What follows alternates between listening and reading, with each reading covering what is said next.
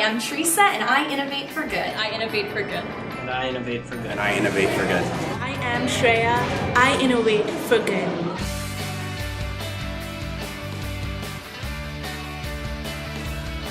What drives me to keep going, although high school might be stressful, I really want to get through it because my main goal in life is to get into med school so I could eventually work for Doctors Without Borders and help people who are less fortunate. I'm a young entrepreneur, but I don't want that to hinder me. So whenever I hit an obstacle, I remember how far I've come, and I look at my past to the student who was inspired by science and just enjoyed discovery, and remember why I'm here, and that my research, no matter what happens, will hopefully eventually have a global impact.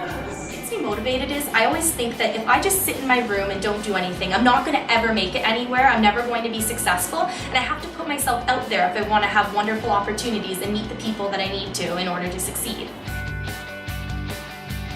Probably because we are young. People might not take us as seriously as they would someone who's 25, 30 years old. I think that's the main obstacle we have to deal with. The major issue that I've had to overcome is funding for these projects, because not everyone has $15,000 or $10,000 that they have sitting around that they'd love to donate to a worthy cause. So it's really, you have to get out there, meet people, and do financing through a variety of different sources, as well as meet the people that you need to in order to achieve this.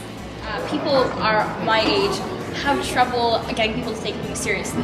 So I think that's a really big challenge, just to show people that we are capable of doing things and we are capable of innovation.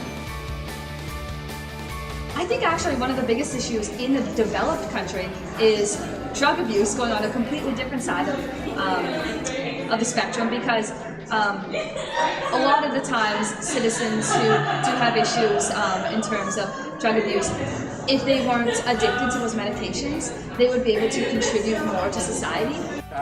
Toronto really does need attention on their healthcare system. Many people do look at Canada as an amazing healthcare system, but there's so many behind the scenes things that we don't really know about. Volunteering, like go to hospitals, go to small places, see the experience, try out something new. You might like it in the future, and that might probably create a change. And there's a quotation, be the change that you want to see, so probably. I think there's a global need for equality in terms of education.